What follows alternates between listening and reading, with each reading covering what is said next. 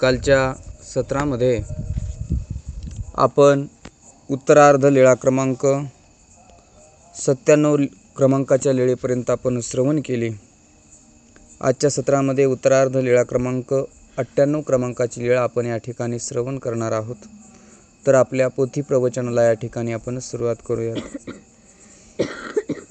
सच्चिदानंद रूपाय विश्वोत्पत्त्यादि Hathaway तापत्रय विनाशाय श्रीकृष्णाय वयं नमः। श्रीकृष्णाय वयं नमः। तया नमन माझे गुरुपदा जेने दाखविले असे आनंद कंदा तोपकार मज न फिटे कदा देवा परमानंदा तूच फेडी देवा परमानंदा तूच फेडी। श्री दत्तात्रेय महाराज की जय। सर्वज्ञ श्री चक्रधर स्वामी की जय। दंडवत हो आऊ फुटा क्षेपणी जळ घोकू निवारणे। आऊ फुटा क्षेपणी जळ घोकू निवारणे म्हणजे सर्वज्ञ श्री चक्रधर प्रभू भगवंताच्या सान्निध्यामध्ये भक्तगण आहेत आणि त्या ठिकाणी निरोपण चाललेला आहे। त्या ठिकाणी फुटा एका ठिकाणी स्वामींनी ठेवायला लावलेला आहे, टाकायला लावलेला आहे। काय प्रकार आहे सविस्तरपणे लीळेमध्ये आपल्याला समजणारच आहे।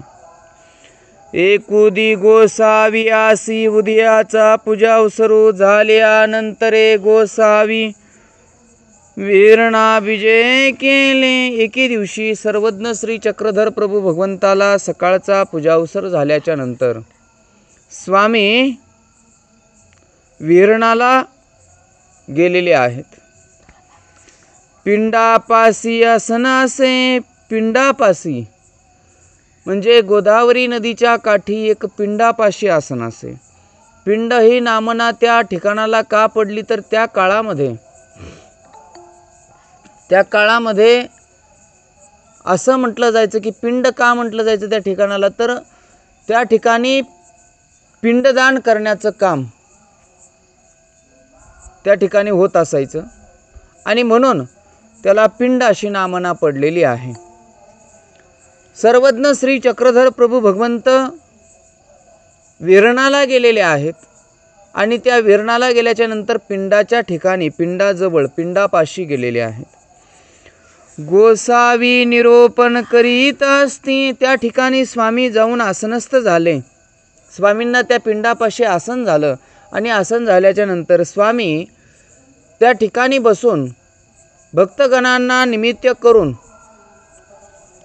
ब्रह्मविद्या तत्वज्ञान त्या ठिकाणी निरूपण करत होते।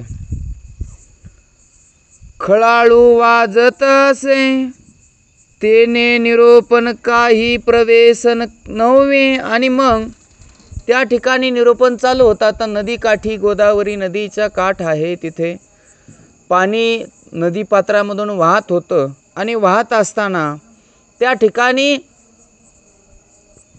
पाण्याच्या आवाजाने आता समजा पाण्याचा भदभदा त्या ठिकाणी पडत आहे, धार पडत आहे आणि मग त्या पाण्याच्या आवाजामुळे सर्वज्ञ श्री चक्रधर प्रभू भगवंत ब्रह्मविद्या भक्तगणांना निरूपण करत आहेत आणि निरूपण करत असताना ती ब्रह्मविद्या काही अवगत होत नव्हती किंवा ऐकायला येत नव्हतं व्यवस्थित प्रकारे।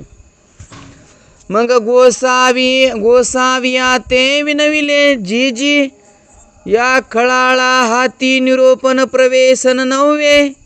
मग भक्तगण स्वामींना विनंती करतात, देवा आपण जे काही निरूपण करत आहात ते काही आम्हाला व्यवस्थित प्रकारे ऐकायला येत नाही आहे। या पाण्याच्या खळखळामुळे या पाण्याच्या आवाजामुळे आम्हाला त्या ठिकाणी ऐकायला व्यवस्थित येत नाही आहे असं त्या ठिकाणी भक्तगण सर्वज्ञ श्री चक्रधर प्रभू भगवंताला विनंती करतात। सर्वज्ञे म्हणितले नायका हा फुटा आड घाला आऊसे गेली तया फुटा आड घातला आणि वाजतू होता तो राहिला। आणि मग सर्वज्ञ श्री चक्रधर प्रभू भगवंत आवाज अडकत येतोय. सर्वज्ञ श्री चक्रधर प्रभू भगवंत आपल्या जवळचा जो फुटा आहे म्हणजे उपर्ण, तो फुटा सर्वज्ञ श्री चक्रधर प्रभू भगवंताने आऊसांना दिला आणि आऊसांनी तो फुटा आऊसांना सांगितलं की ज्या ठिकाणी तो पाण्याची धार पडत आहे, ज्या ठिकाणी तो पाण्याचा बदबदा पडत आहे, त्या ठिकाणी आडवा तुम्ही घाला.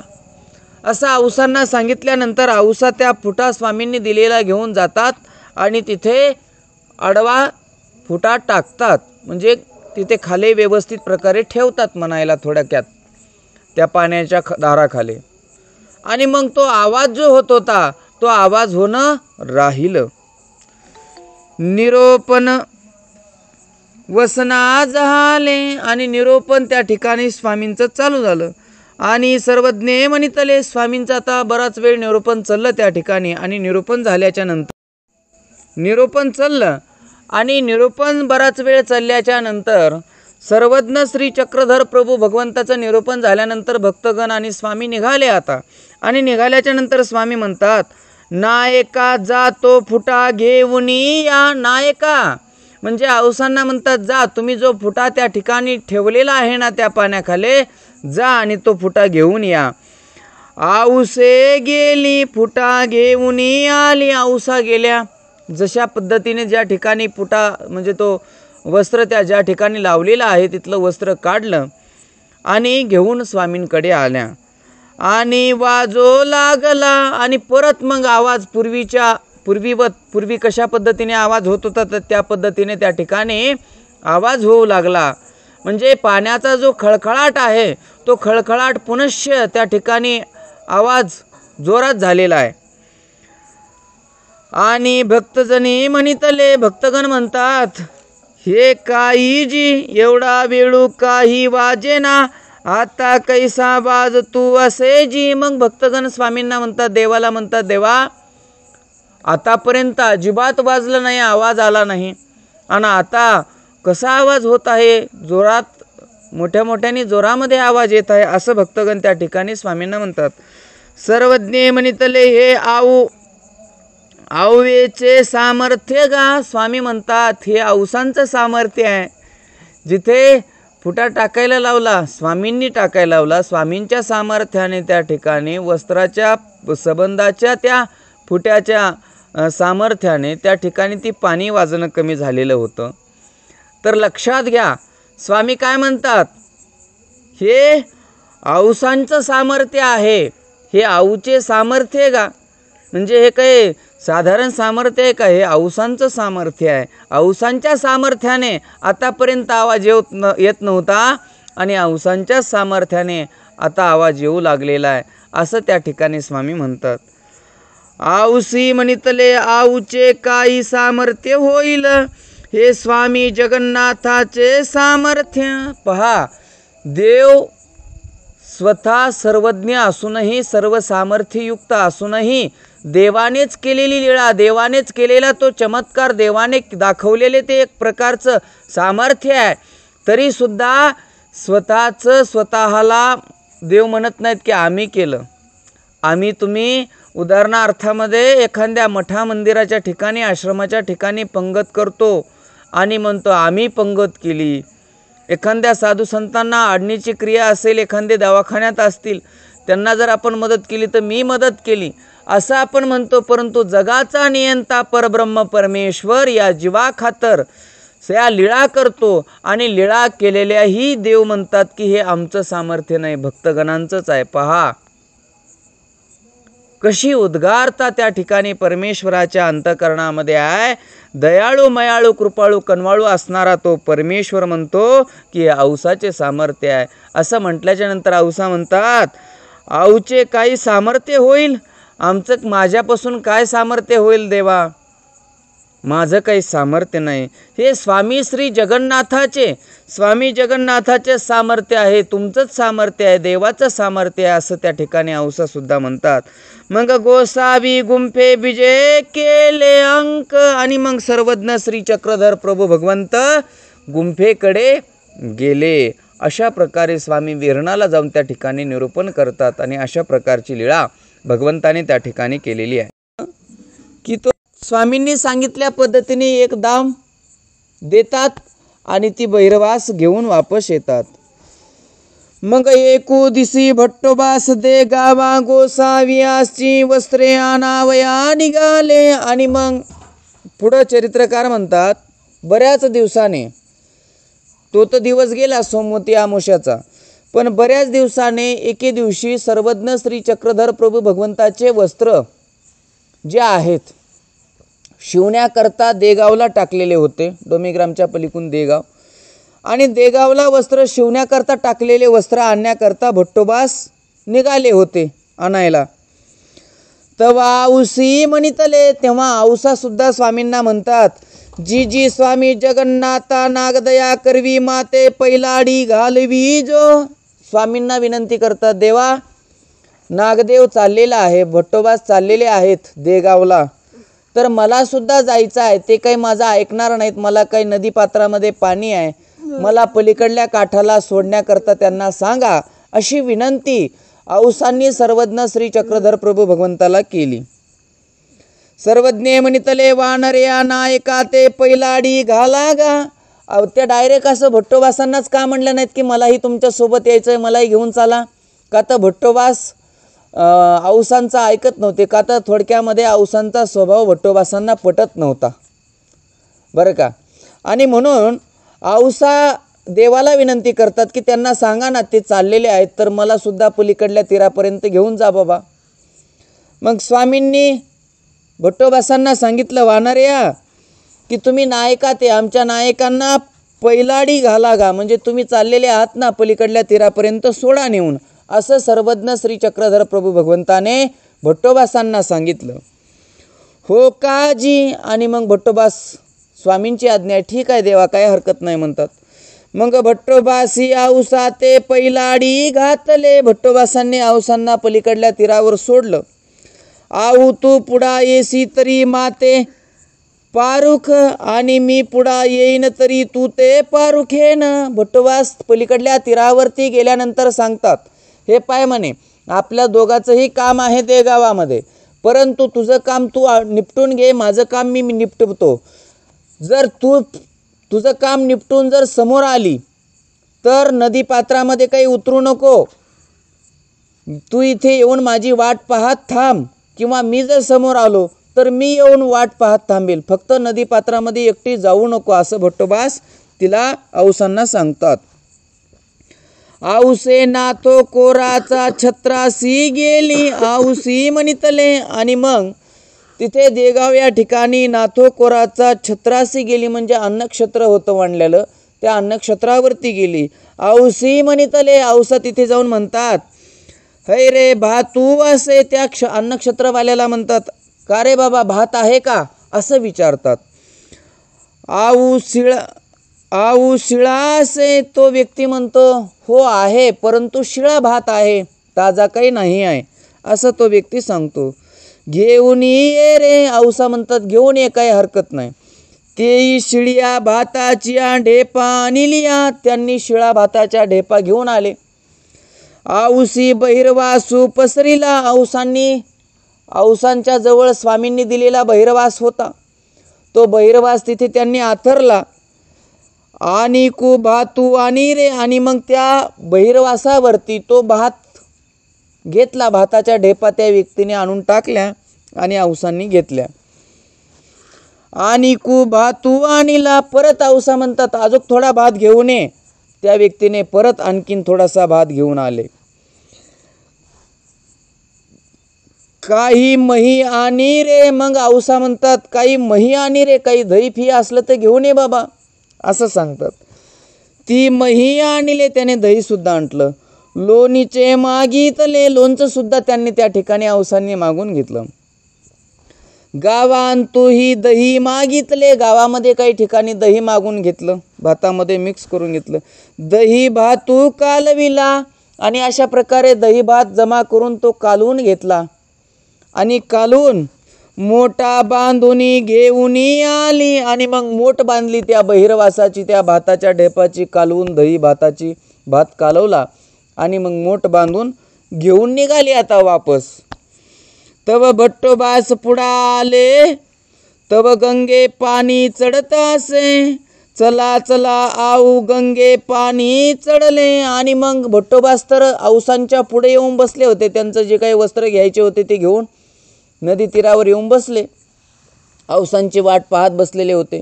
मग औसांना भट्टोबास म्हणतात, चला चला आऊ, लवकर लवकर चला, नदी पात्रातलं पाणी वाढत आहे बरं का, वाढलेलं आहे. भट्टोबासांच्या लक्षात आलं पाणी वाढलेलं आहे आणि पाणी फारच वाढत आहे, लवकर लवकर चला, असा औसांना भट्टोबास म्हणतात. दोघे रिगाली आणि गाली म्हणजे सर्वज्ञ श्री चक्रधर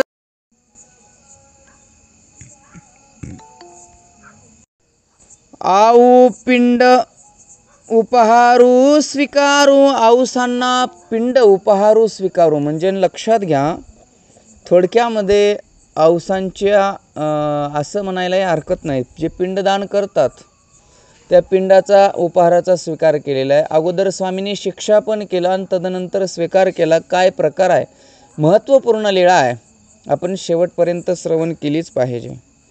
एकोदी सोमवारी झाली. एके दिवशी सोमवारी अमावस्या आलेली होती आणि सोमवारी अमावस्या झाली.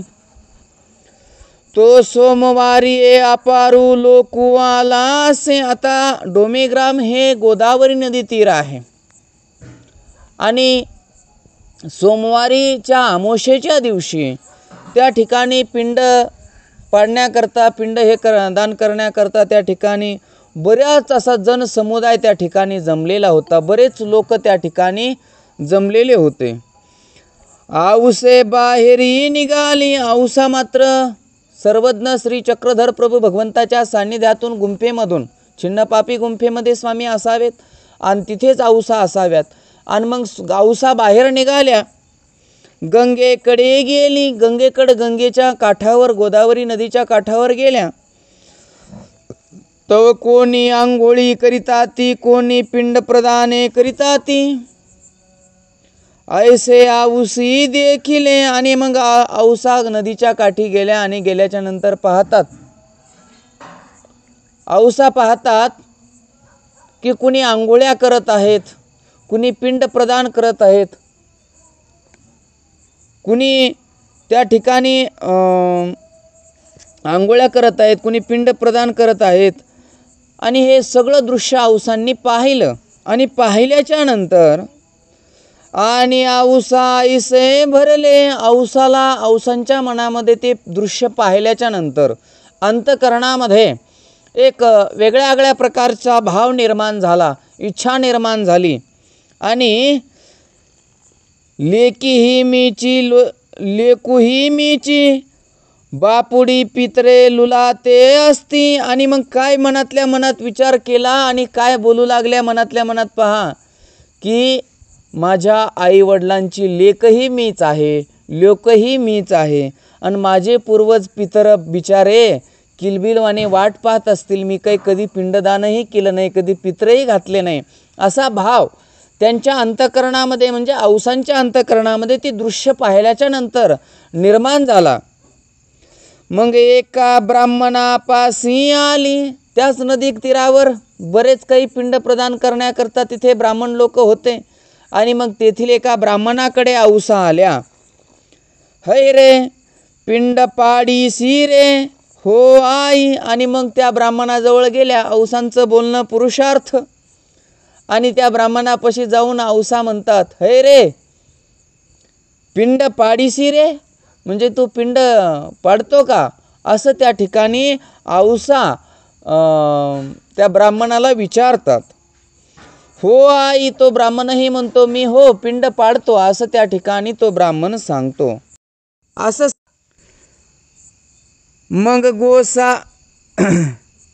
मग गोसावी दिधला भैरवासू तो तया ब्राह्मणासी दिधला. आणि मग औसांना स्वामींनी एक बहिरवास दिली होती.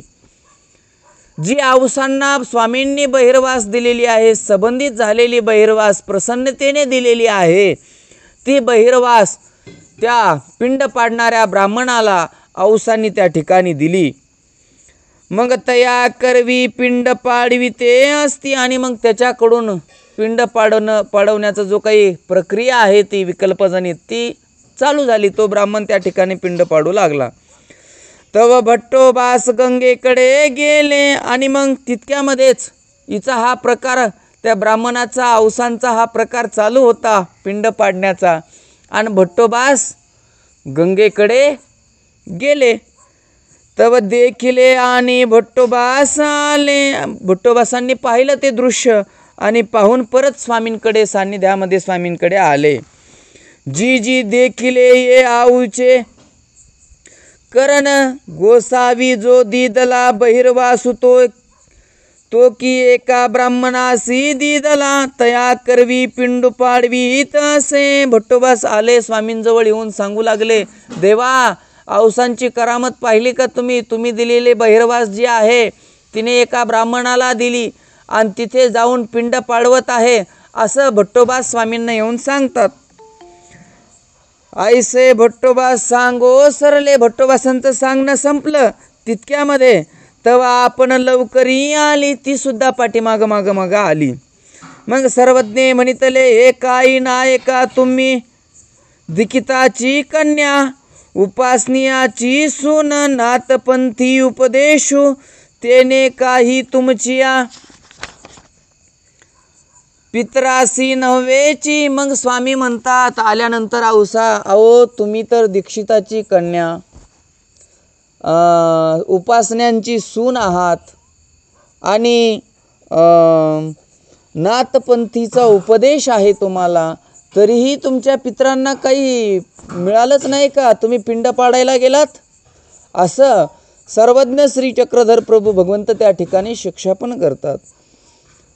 वर येथीचे दर्शन, वर आणि पुढं स्वामी म्हणतात, तुम्ही दीक्षिताची कन्या, नाथपंथीचा उपदेश, उपासन्यांची सून, इतका असूनही वर येथीचे दर्शन म्हणजे आमच्या सान्निध्यामध्ये आहात, तरीही तुमच्या तेनेही नव्हेची म्हणजे आमच्या दर्शनानेही तुमच्या पितरांना काही फळच मिळालं नाही का? असं विचारतात.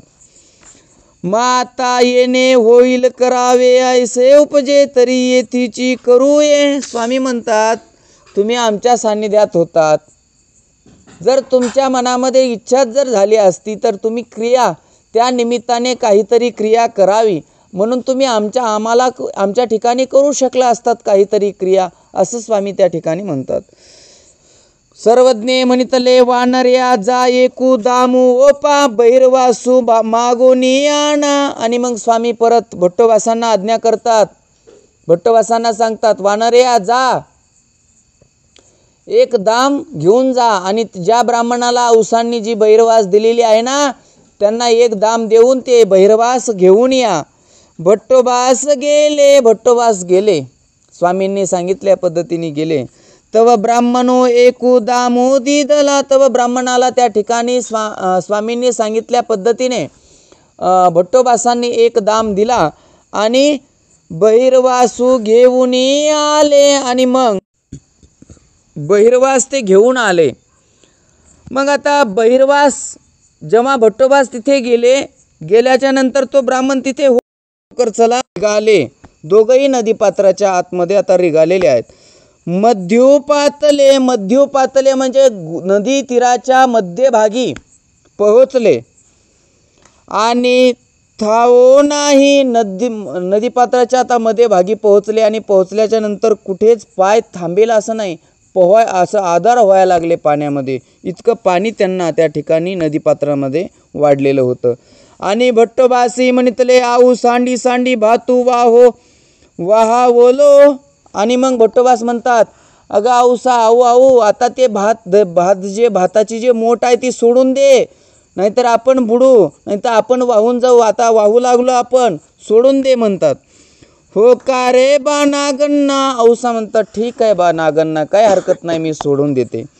औसी मोठा खाली घातली, दाते पदरू धरिला. आता कसं आहे लक्षात घ्या, स्त्रियांना टाकून द्यावंसं वाटत नाही, आणि मग आता कसं काय सोडायचं, म्हणून औसांनी काय केलं, आता भट्टोबा सोडून दे म्हणत आहेत मोठ, म्हणून त्यांनी काय केलं, पाण्याच्या आतमध्ये ते गाठोडं जे आहे घालून टाकलं आणि त्या गाठोड्याचं जे पदर आहे बहिर्वासाचा, तो पदर मात्र तोंडामध्ये दातामध्ये धरला. ठीक आहे बा नागांना असं म्हणतात. आवसी मोठ खाली घातली, दाते पदरू धरिला, पैल ठावोवरी गेली. आणि मग अशा प्रकारे मोठा पाण्याच्या आतमध्ये घातली, पदर दातामध्ये धरला आणि आता मग कसेबसे ते पलीकडल्या काठाला म्हणजे पाय टेकतील अशा ठिकाणी ते गेले, गुडघ्या इतक्या पाण्यापर्यंत गेले. तव थाव लागला, पाण्याचा थाव लागला पलीकडल्या तीराच्या जवळ गेल्यानंतर. भट्टोबासी म्हणतले कटकटाऊ, गोसावियाचा बहिर्वासू गेला, इतुका दही भातू गेला न गेला. आणि मग काठाला गेल्याच्या नंतर भट्टोबासांना पश्चाताप होऊ लागला आणि औसांना म्हणू लागले, अगा ओ, स्वामींचा जो प्रसन्नतेने दिलेला बहिर्वास होता तो बहिर्वासही वाहून गेला, इतका मोठा भात वाहून गेला, काय करावं, सगळं वाहून गेलं, वेस्ट गेलं, वाया गेलं, असं त्या ठिकाणी भट्टोबास औसांना म्हणतात. न वचे बा नागण्णा, भट्टोबास अशी बडबड करत होते आणि मग औसा म्हणतात, न वचे बा नागण्णा, नाही रे बाबा, नाही, कुठं काही गेलं नाही, काही नाही. के आहे, मग भट्टोबास म्हणतात, कुठे आहे, गेलं नाही तर कुठे, हा घे म्हणून काढिला. मग लगेच औसा हा घे म्हणतात आणि लगेच काढतात. मग गोसाव्यापासी आली, मग औसा आणि भट्टोबास हे दोघंही स्वामींजवळ आले. गोसाव्यापासी गोसावियासी सिंहस्थळीवर आसनासे. आणि मग सर्वज्ञ श्री चक्रधर प्रभू भगवंताला जेव्हा ते तिकून आल्याच्या नंतर स्वामींना छिन्नस्थळीवरती स्वामींचं आसन होतं. आली आणि गोसावियासी दंडवत घातले, श्रीचरणा लागली. मग भट्टोबासी मागील गंगेचे गोसाविया पुढा सांगितले. आणि मग दोघंही आले, स्वामींना साष्टांग दंडवत घातले, श्रीचरणावरती नतमस्तक झाले. आणि झाल्याच्या नंतर सर्वज्ञ श्री चक्रधर प्रभू भगवंताला भट्टोबासांनी जो काही प्रकार घडलेला आहे गंगेकडे तो संपूर्ण सांगितला. गोसावी ऐकले, गोसाविया पुढे मोठ ठेविली होती. मग गोसावी उभिया ठाकुनी उपासनिया करवी, तयाचे पिंड करविले. आणि मग स्वामींनी सगळं ऐकलं. ऐकल्याच्या नंतर स्वामींच्या समोरच ती भाताची मोठ ठेवलेली होती. आणि मग स्वामींनी उपासनिया करवी त्यांच्याकडून काय केलं की पिंड करविले, म्हणजे जे काही पिंडदान करताना ते पिंड गोळे करतात तसे करविले. मग ती अवघियाचे पिंड केले. मग त्या उपासनियांनी अवघियाचे पिंड केले, म्हणजे सगळ्या भाताचे पिंड केले. माते तैशीची बैसती मंत्र म्हणती. मग आधी गोसावियाचा ताटी तैसाची वळगविला. आणि मग त्या ठिकाणी तो जो पिंड आहे तो पिंड त्या ठिकाणी ते उपासनिया करत असताना ज्याप्रमाणे तो ब्राह्मण बसतो, ज्याप्रमाणे मंत्र उच्चार करतो, त्याच पद्धतीने त्याचप्रमाणे ते पिंड तयार करायचे आणि मग ते मंत्र उच्चार म्हणायचे. अशा प्रकारे त्यांनी तो पिंड तयार केले सगळ्या भाताचे. आणि मग स्वामींच्या ताटामध्ये सुद्धा तो पिंड ओळगवला, म्हणजे अर्पण केला. मग अवघेया तैसेची दिदले, मग बाकीचे जे काही भक्तगण आहेत त्यांच्या ताटामध्ये सुद्धा ते वाढले. मग गोसावियासी आरोगण झाली, गुळा झाला, विडा झाला. मग सर्वज्ञ म्हणितले, अव्येचे पिंड प्रदान येथुनी चरितार्थ गांक. आणि अशा मग पद्धतीने स्वामींची त्या ठिकाणी आरोगणा झाली, स्वामींना गुळणा झाला, विडा झाला, बाकीच्या भक्तगणांना सुद्धा त्या ठिकाणी जेवण झाले. आणि मग स्वामी तिथं म्हणतात की आऊचे पिंड प्रदान येथुनी चरितार्थ गा, म्हणजे स्वामींनी त्या ठिकाणी स्वीकार केला. आता तुम्ही म्हणाल की सर्वज्ञ श्री चक्रधर प्रभू भगवंताने पिंडदान केलेलं आहे, पिंड प्रदान केलेलं आहे, मग आम्ही का त्या ठिकाणी स्वीकार केलेला आहे, आम्ही का शक्य नाही आहे.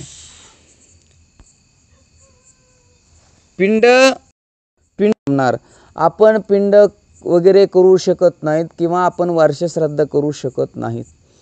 आता बरेच लोक सांगतात, साधू संत कीर्तनामध्ये, प्रवचनामध्ये, पोथ्यांमध्ये सांगतात, परंतु लोक ऐकत नाहीत. हल्लीच्या काळामध्ये बरेच लोक वर्षश्राद्ध करतात. तेरवी करतात. लक्षात घ्या, स्वामींनी जर पिंडदान करायचं असतं तर स्वामींनी असं सांगितलंच नसतं, बाई 10 दिसा कीजे ते भीतरी पावे.